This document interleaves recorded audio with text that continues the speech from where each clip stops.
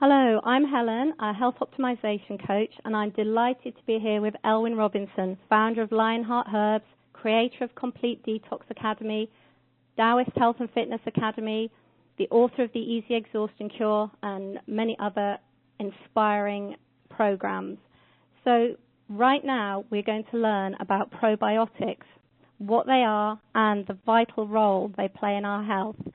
So Elwyn, can you explain to us what is a probiotic? Great question. So probiotics, so pro is like the opposite of con, so like for, and then biotic is life, so for life. So that's a pretty awesome kind of title. That's the root of the word anyway. And like generally they're referred to as probiotics, but in this discussion we're really going to talk about all the different beneficial organisms. Also beneficial yeasts, beneficial fungi or funguses, so we're going to talk about all the beneficial organisms as well as the bad organisms, and how to get more beneficial organisms into our body on a regular basis.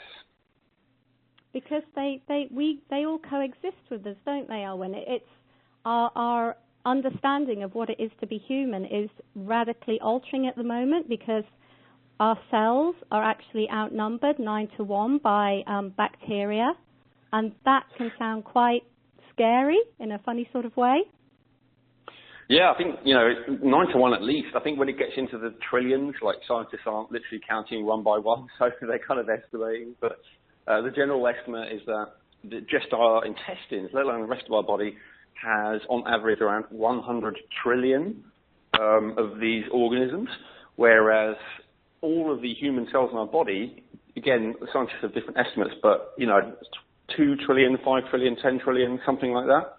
The vast majority of us is actually these organisms which are not really us. Now, that in a sense, is no big deal if we look at it from a purely scientific, rational perspective up until recently. But what's happened recently is that what's kind of always been known in different systems, traditional systems throughout the world, like the Eastern systems, which maybe many of us are familiar with, like Taoist medicine, traditional Chinese medicine, like Ayurveda, like really, traditional herbalism throughout all kinds of areas, like even kind of hermeticism and alchemy among the ancient Europeans. And before anyone scoffs, remember that Isaac Newton, founder of science, in the Western world was a dedicated alchemist, and actually put a lot more emphasis on that than he did on what we would now call science. So, all of these different traditions have always understood that there is something going on inside us other than just our human self, and that has a huge influence on our health, our well-being, our longevity, and all of these factors. Now, what's so interesting to me is that up until recently, and when I say recently, I mean like 150 years ago, something like that, basically anywhere in the world, if someone got ill, but also if they had any kind of mental disorders, right? So like what we now would call schizophrenia or obsessive compulsive disorder or bipolar or any of these kind of things, or depression, if a person had any of these things, as well as a common cold or a heart disease or whatever, right, what would our ancient ancestors, and when I say ancient, I'm really only talking a few generations, in fact, if we look at most of the world, what would they still consider to be the cause of all these things? And the answer is generally demons, evil spirits, right, things like that. Now, Allah, generally in the modern Western world, where we consider such a thing ridiculous. Demons, evil spirits, how bizarre, Elwyn, how ridiculous, Actually, what it really is, and this is true, much more than we first realized about any kind of mental disorders as well, by the way, because we make this distinction between mind and body. But of course, we've eventually realized that the mind is a function of the brain, and in fact, several brains, but of the brains, and that the brains are all part of the body. So there really is no disconnection there, right? So what we say these days is actually, it's not demons, it's not evil spirits, that's ridiculous. What it is it's these tiny, tiny, tiny little creatures that live inside us, right? Bacteria, viruses, yeast, fungi, mold, nanobacteria, even cancer cells seem to be coming under this kind of category. So it's not demons, it's not evil spirits, it's all these little tiny little organisms inside us, and they're the ones who are making us sick. They, yes, are related, have been, not all, but a lot of mental issues they have been connected to and corresponded to and related to as well. And so, okay, but now recently, and this is what you were talking about, Alan, just in the last few years, I believe before you said that, the vast majority of research on this has been only the last 4 years, something like that, so it's incredibly recent. We've suddenly discovered that these tiny little organisms inside us have a massive level of I say kind of because it's so different from ours, but intelligence, sentience, purpose, right? And they have the ability to think in some kind of way, more importantly, to kind of pull our strings like puppets, to manipulate us to do what serves them and not us. So the most classic example of this, this sounded really weird now to a lot of people, I'm sure, but the most classic example of this that probably most of us are familiar with and accept quite easily is the idea that if we have a yeast infection or specifically a candida infection, that candida infection can give us sugar cravings, right? Or cravings for foods that feed it. So, starches as well, potatoes and that kind of thing. So that's kind of accepted. So what's coming across from the recent research is that it's a lot more than that, right? So not only can they do that, they can, and Parasite Rex is like a great book that I've referenced before, which goes into all the different things that organisms can do. But they can rewire our DNA. They can make us attracted to some people more than other people. They can affect our behavior, all kinds of things. So then it kind of, to me at least, it kind of begs the question, well, what's so different between, say, these bacteria or these candida, which are able to kind of become dominant in your body and direct your thoughts and feelings and actions to serve them? What's so different between that and what all our ancient ancestors have said is the root cause of illnesses all along, which would be these evil spirits, right, or demons? It doesn't actually, in the light of recent research, sound all that different. Now, what's even more fascinating to me, if we start to dig into this a little bit, we go, okay, well, from folklore and mythology and stuff like that, what do those kind of evil spirits not like? So one of the classic things, and people who watch horror movies will probably know what I'm talking about a little bit more than those who don't, but what's one of the ways that we keep evil spirits at bay? And you might remember the idea of having like a circle of salt around you. Now, of course, what's one of the ways of keeping detrimental organisms like bacteria that rot away from your food? And it's to add salt, right? So whether we're curing meat or whether we're curing our vegetables so then we can ferment them and grow the good bacteria, which we'll go into in a minute, salt is one. What about sunlight? Right? Pretty much all evil spirits don't like sunlight to one degree or another, whether it's the werewolf that only comes out at night or the vampire that's destroyed by it. Well, research has recently shown that sunlight and obviously vitamin D3, one of the most powerful and essential immune system stimulants, which will then, the immune system will destroy these bad organisms, these evil spirits, right? What else? Well, what else are vampires and werewolves afraid of? Silver. Right? And of course, these days we still use colloidal silver, and if we know what we're doing, angstrom silver, to kill these, especially viruses and bacteria in our body, right? What else? It actually keeps going. What about, garlic, vampires and garlic, right? And we know that garlic is one of the most powerful herbal parasite killers available to us, right? And it actually goes on and on. It's quite incredible. So I would strongly draw a correlation between these things. Now, at this point, anyone who's following along with me and taking this seriously and seeing the connections here might be getting a little bit freaked out. Like, oh my God, you mean these evil things inside me? And the answer is kind of yes, but it's okay. There's no need to get freaked out. First of all, because freaking out actually changes your body to be more hospitable to it. So definitely not an appropriate reaction, not one that's going to serve you.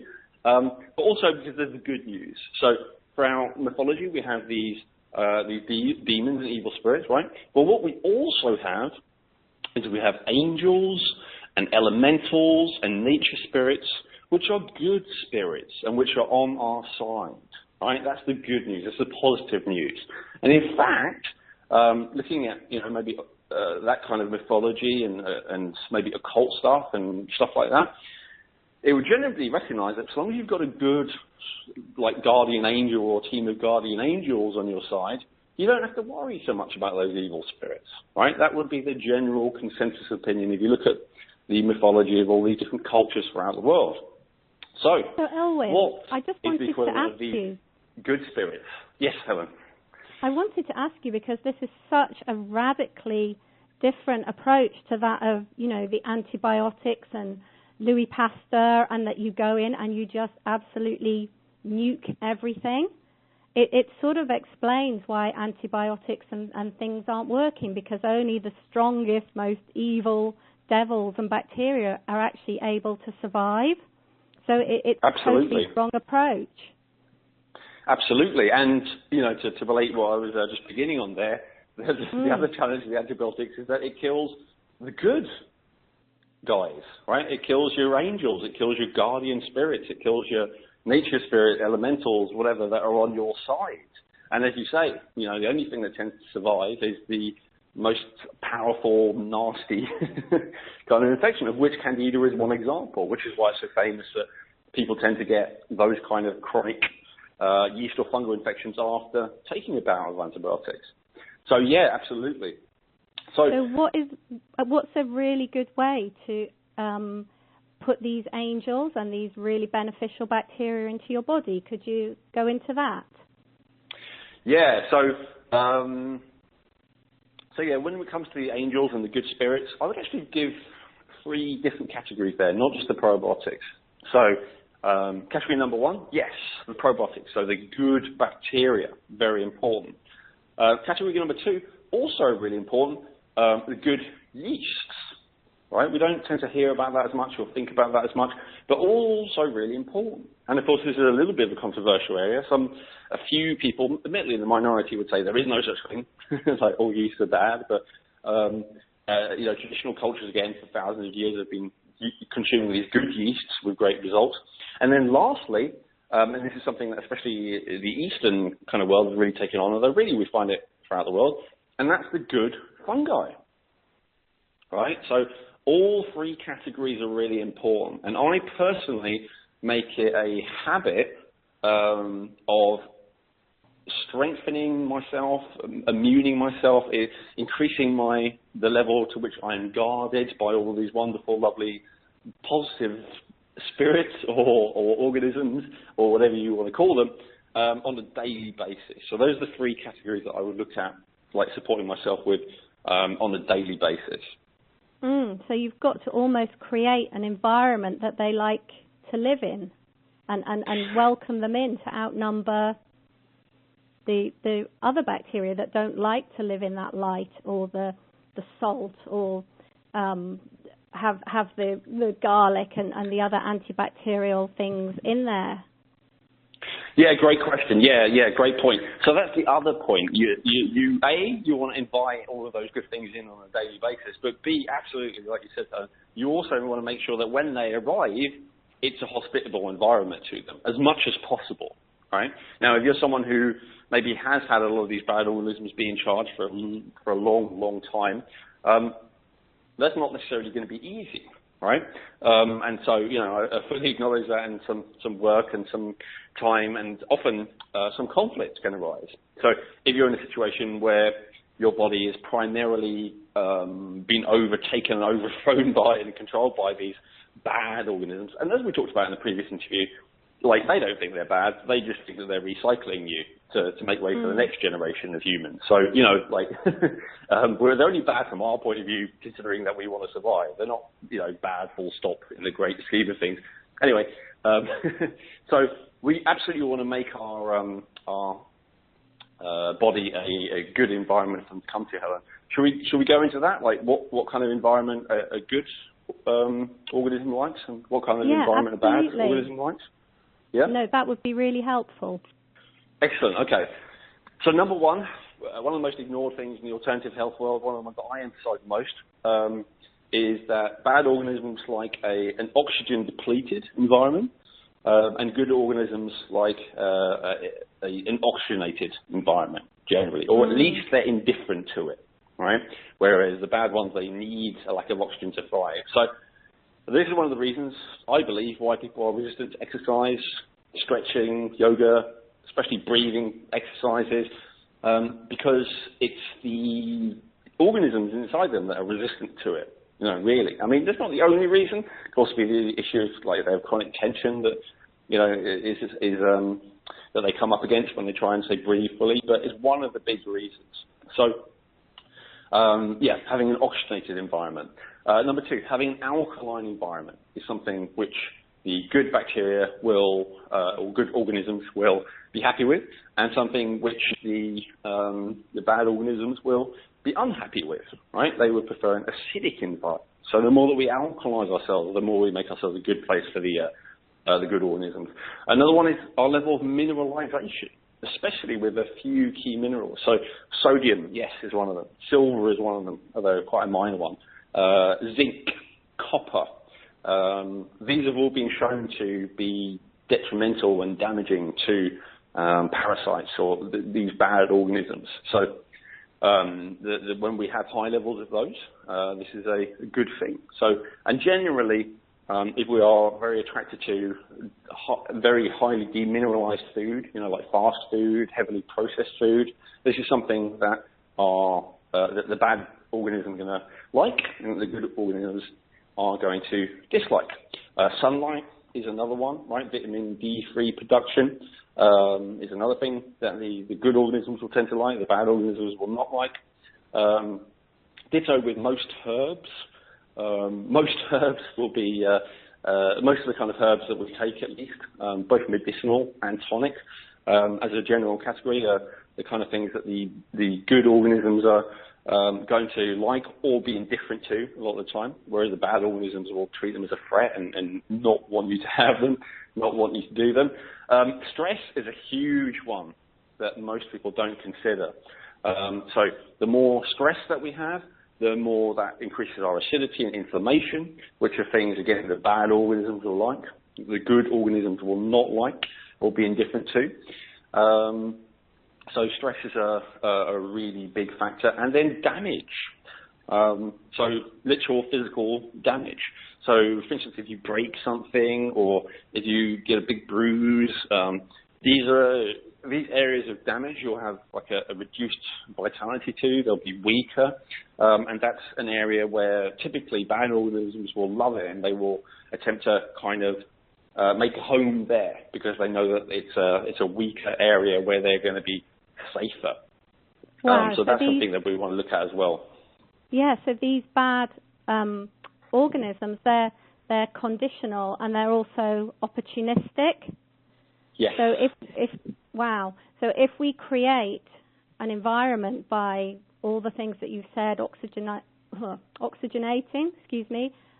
increasing our alkalinity, our mineralization, reducing our stress, it's almost like having a human force field, isn't it, that will keep these bad bacteria out. Yes. Now, the good news is, now here's even more good news. Now, the good news is that for anyone listening right now who maybe can tell that the bad organisms are in charge because they generally struggle with all those things, or most of those things. They're like, I really don't like taking herbs, and I really don't like having greens, and I really don't like exercising, and I really find it hard to relax, all those kind of things. If you can relate to a lot of that, then the good news is that the more that you take in these good organisms, which we'll go over very soon next, the more that you will that they will change the environment to suit them. So it's a two-way street. It's not only the bad organisms that change your body to be suitable for them, it's also the good organisms that do that in different ways. So, for instance, The probiotic bacteria are particularly good at supporting your body and having nutrients that it needs, and to assimilate and digest and absorb, help you to assimilate, digest and absorb the nutrients that you need to. You're not depleted in nutrition. So that's something that they do.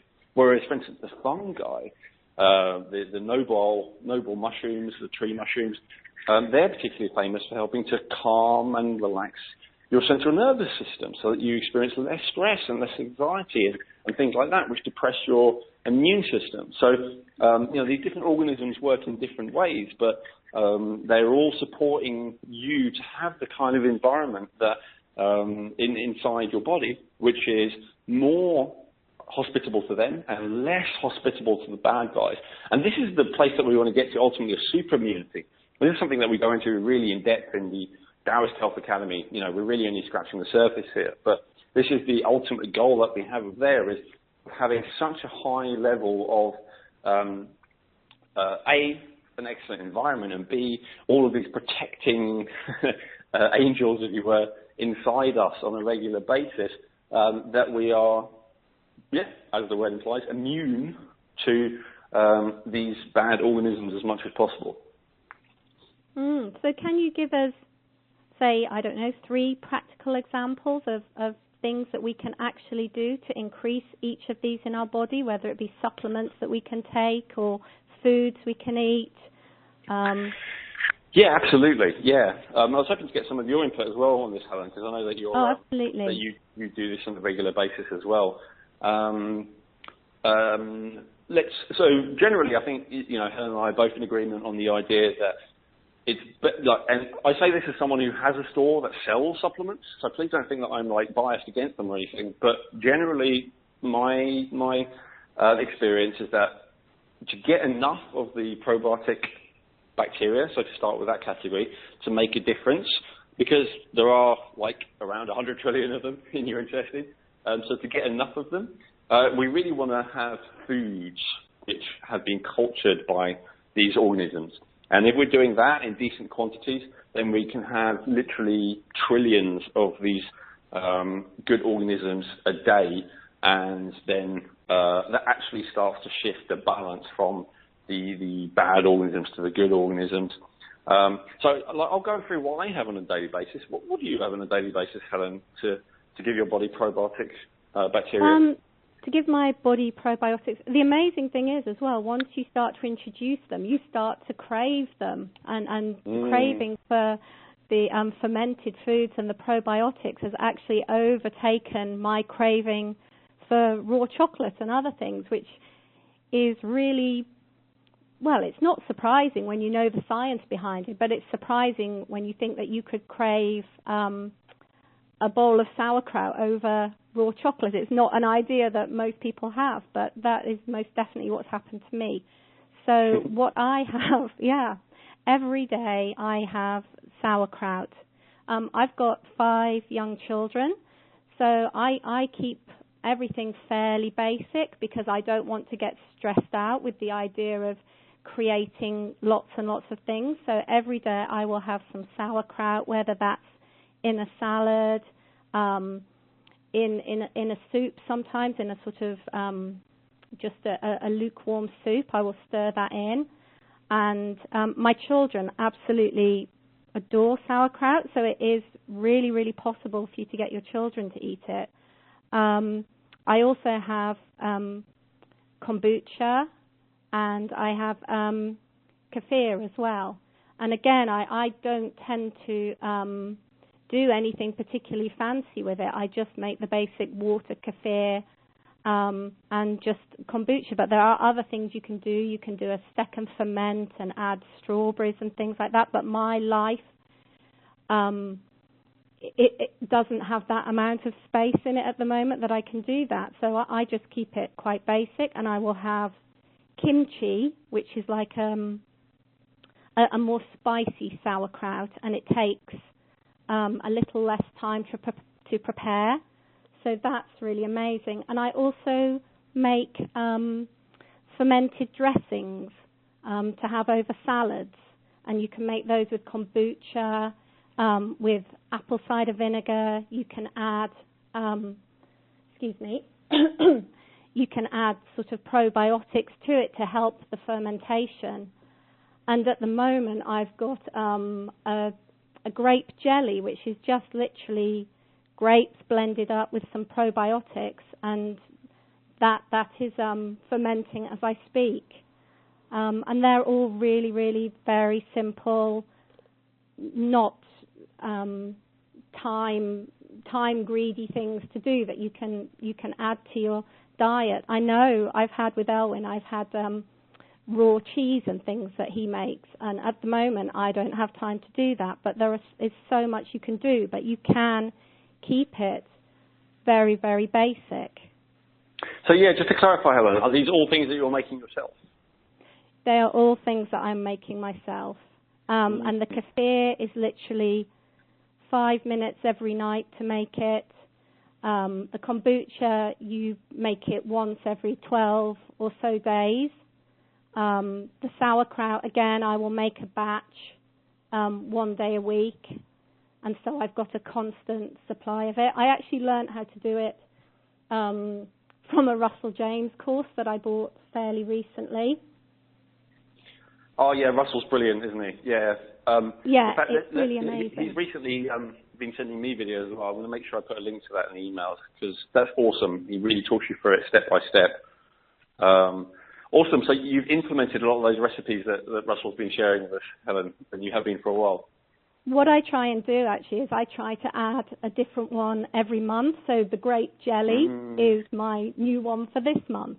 So by the end of the year, I'm going to have a far more extensive repertoire of delicious ferments. But yeah, it's very straightforward, actually, much easier than you would ever think.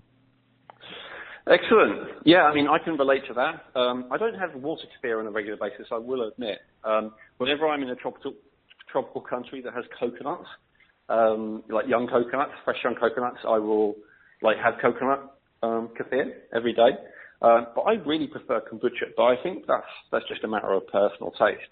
And so just to clarify, with the kombucha and the kefir specifically, we've also stepped into the realm of the beneficial yeast. And this is one reason why I think it's a really good idea to, people think if they have, people who are quite into this kind of thing, they think if they have sauerkraut that they're really covering it with the beneficial bacteria. And they're right, that is a really good thing to do. But to also have the beneficial yeasts, then you're going to want to go with a kefir or a kombucha or both. And of course, there's different types of kefir as well. There's the dairy kefir. You can make with goat's milk or normal milk. You can even do it with other milks like coconut milk, or you can do it with soya milk, but I wouldn't recommend it. I wouldn't recommend doing anything with soya other than throwing it away.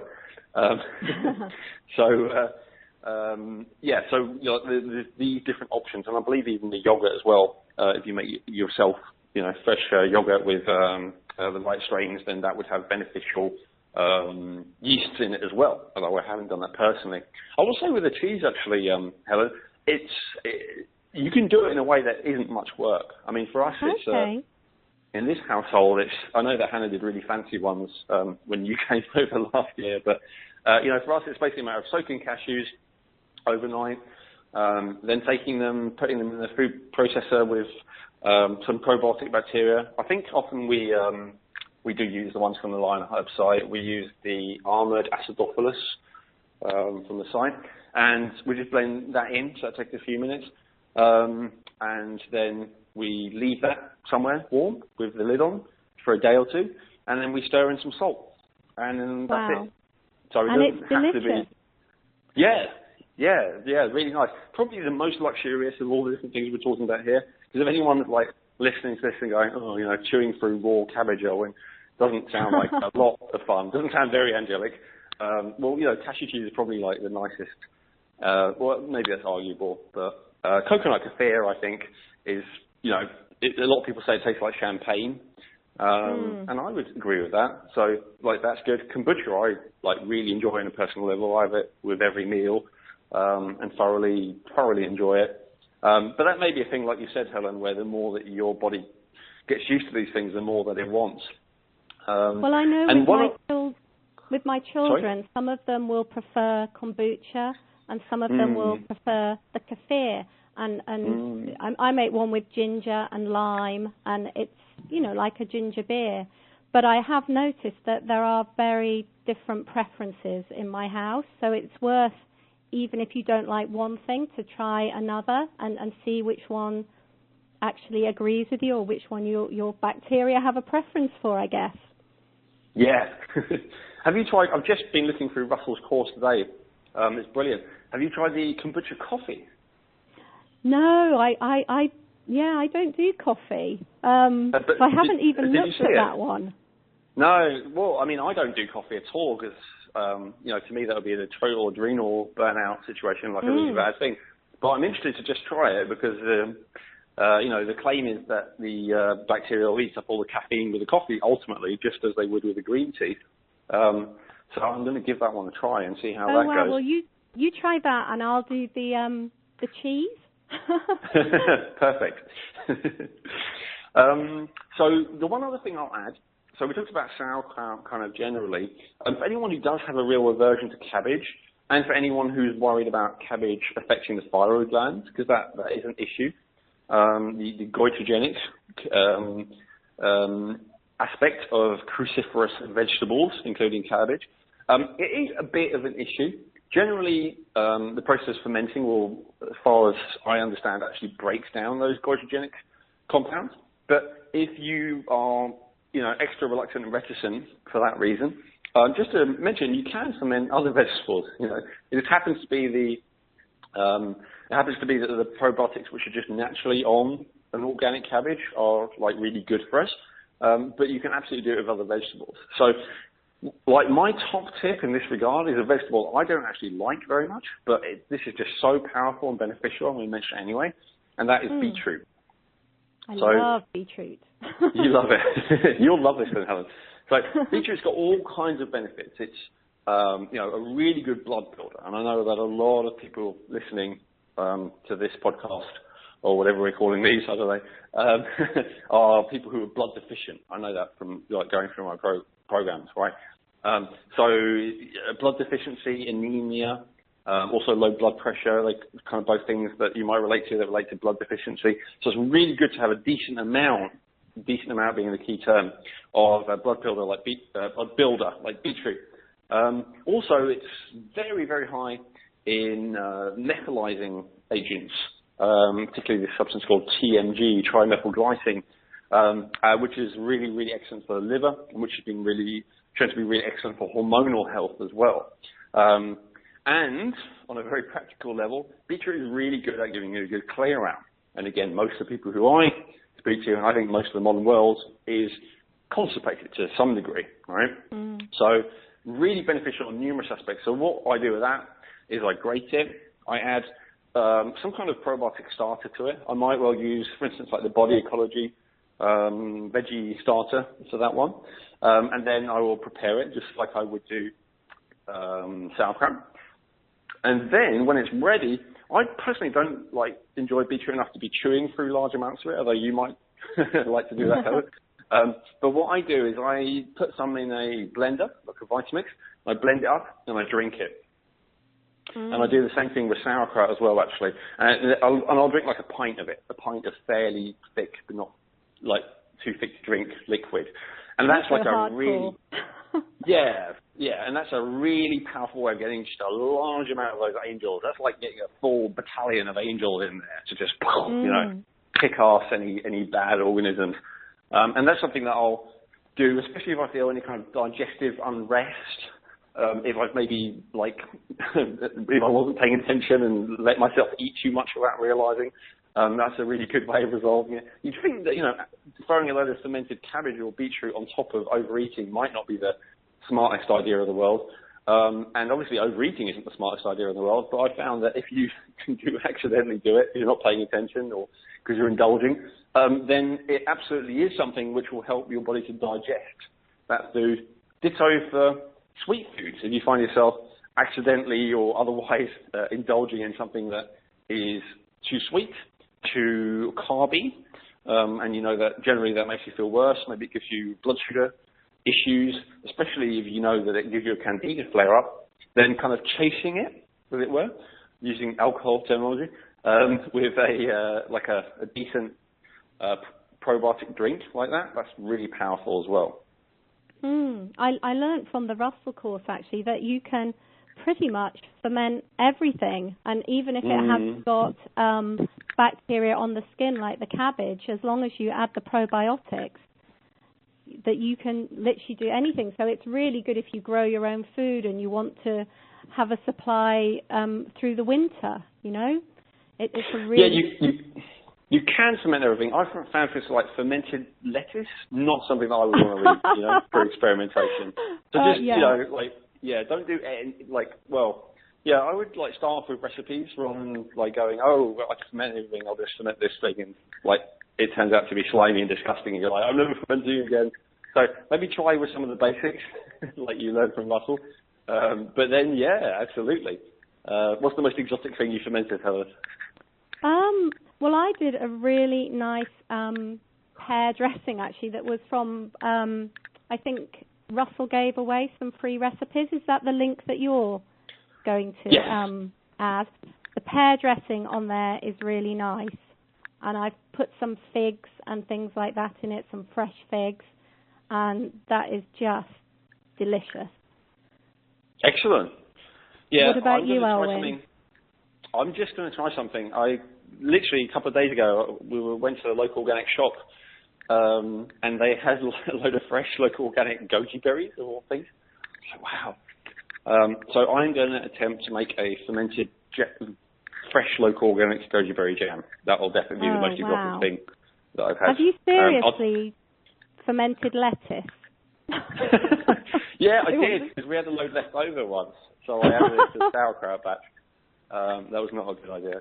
And I think there's a few things, maybe garlic, because it is so good at killing all kinds of organisms. Although you can use a little bit, but yeah, I wouldn't use very large amounts for those who are a big fan of garlic. So yeah, there's a few exceptions. Let's talk about the third category, Helen, as well, of fungi, right? Beneficial fungi. Because again, this is really powerful. And people are kind of scared of fungi, especially in the alkalizing movement. There's been an idea that all fungi are bad for you no matter what. And that's probably a perspective given by people who just didn't know about the kind of fungi that we're talking about here. So we're talking about the noble mushrooms, the tree mushrooms. So if we look at something like reishi, which is really probably the most infamous, especially in the East, although growing rapidly more so in the Western world now, even the mainstream. This is something which has been known as the herb of great fortune, or the great protector. Now, interesting, again, that words like that, it doesn't sound like, it's just something physical, right? It almost does sound like it's a spirit, like some protective spirit or something that's giving you good luck. I mean, that's not something that, we'd think of as a physical thing. But of course, if you believe that you make your own luck, and it tends to be that, if you focus on opportunities rather than problems, you're going to be more of a person who appears to be lucky, right? And so, that could very well be accomplished by having a calm nervous system that's open to good things rather than bad things. So I would absolutely, and my experience has absolutely been that consuming large amounts of reishi on a daily basis absolutely does give you good fortune. In my current life is anything to judge by, would consider to be fortunate by most people. Ditto for feeling very protected. So, reishi is a really powerful one for me. Chaga at the moment is really big for me. I'm having a lot of those, both in terms of tea and in terms of the alcoholic extracts as well. Personally, my body doesn't get on well with alcohol, but what I do is I use the tinctures that we do on the site, Lionel Herbs, and so I basically just kind of squeeze 2 droplets full of that into a cup of tea when I'm making a cup of tea, and then the boiling hot water will dissolve the alcohol and leave the active ingredients in there. So those are the 2 that I have on a regular basis. I don't have the longevity blend as much personally, because there's one of the mushrooms in there that I just don't like the taste of. But I know that Hannah, my wife, much prefers the longevity to having the individual mushrooms. So yeah, that's kind of how we keep on top of our beneficial fungi intake on in our household. How about you, Helen? Yeah, I have the longevity, and my children really like the longevity of all the tonic herbs. It's really very nice, I think. And I haven't had a cold or a sniffle or an illness or anything for, I think it's about 18 months. And I think I didn't even know that. Great. Yeah, it's really amazing. And I think I've been taking the longevity for a good year now. So, yeah. Do you notice the difference, Elwyn? Say, what would be the difference between taking the reishi and the chaga, since you take them individually? Yeah, I mean, to be honest, I don't think there's a huge, my personal experience is there's not a huge amount in it with these different mushrooms. They do each have their own specialised function, but my experience is they're like 70, 80% the same, and, you know, just in generally calming the immune system, supporting the immune system, calming the central nervous system, and all the myriad knock-on, you know, effects and benefits that those things bring. Like chaga is more of a Jing tonic, so that might be why I like it. It's got more of a kind of deep, earthy, rooting quality than even the others, although they all have that. So that's really good for me. And then the reishi has that more kind of spiritual quality that I really see as working on the heart, particularly, as well as the liver. And so that's good for me. I find I have a tendency towards what in Chinese medicine is called hot heart, where you kind of maybe frustrated and agitated. So it just kind of, helps keep my heart calm, keep my heart open and compassionate, rather than getting into kind of frustration or judgment or anything like that. And I also kind of like lion's mane sometimes, which is particularly a kind of central nervous system supporter, not just calmer, but also it's been shown to help to grow nerve fibers, for instance, in people where those are damaged, really powerful. So sometimes I like to go for those as well, even though I don't particularly have brain damage or central nervous system damage that I'm aware of. Nonetheless, I think to top that up, you know, and I do find that it gives my mind a bit of a lift if I have been working very hard at a mental level, you know, like if I've been writing all day, for instance. Then it can help with that. So those are kind of the three that I actually like experience individual differences with on a regular basis. Okay, that's really interesting. I haven't had enough experience to try them all individually. It's fascinating, yeah. And there's yeah, so I much don't think you need research.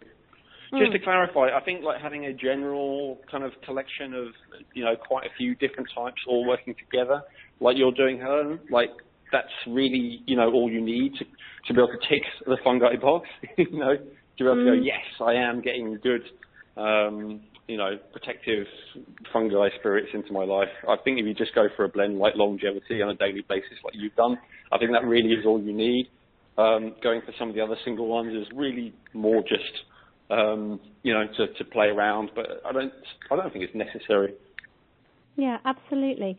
So we've covered the yeast, we've covered the fungi, and we've covered the bacteria and the ferment. Is there anything else that you'd like to add, Elwyn? No, I'm sure I could go on all day about this topic, but we'll you know, bring it to a close for this one. I would just like to add that I really, you know, if you're still listening to this, I really appreciate your time and your focus on this. I would encourage you to take action.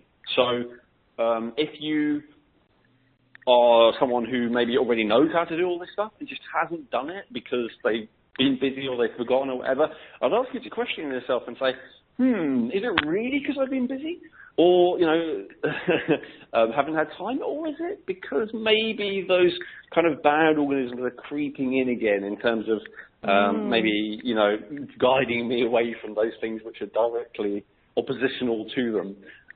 So basically what I'm saying is, you know, unless you're already in exceptional health, if you know how to do these things, do them. And even if you are in exceptional health, you would want to do these things because you would know that they would support you to continue being in exceptional health. So either way, really, you know, implement this stuff, take action on it. And if you and I were to have a conversation, you listening right now, then, you know, I would want to hear about how are you supporting yourself in these 3 different ways on a regular basis. And I would really anticipate that you would have a lot of answers for me, right?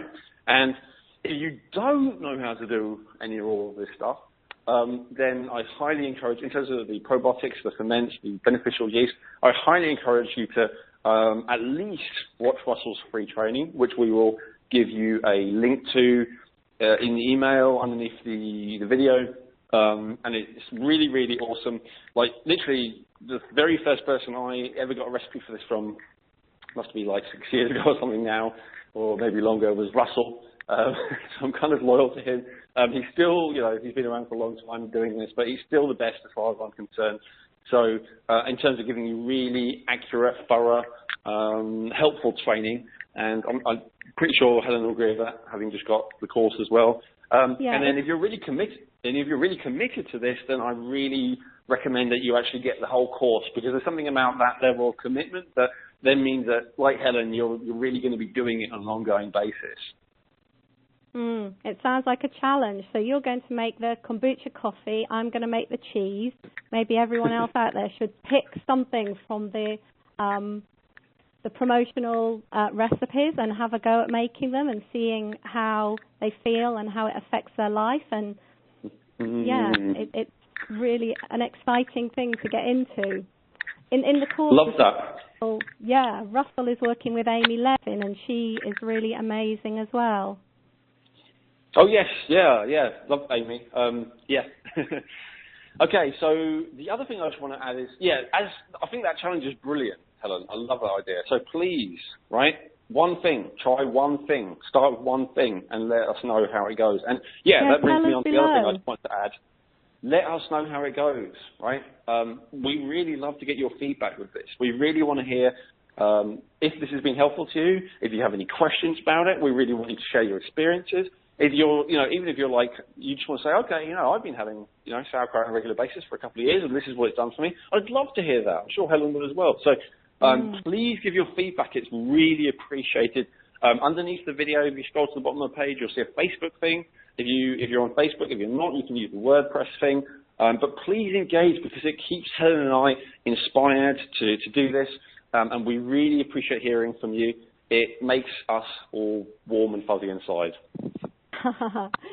So yes, we look forward to hearing about your adventures with fermentation, and I think we've covered just about everything, Elwyn. Absolutely. So for everyone who's enjoying these series, we'll look forward to seeing you next week. Thank you. Goodbye.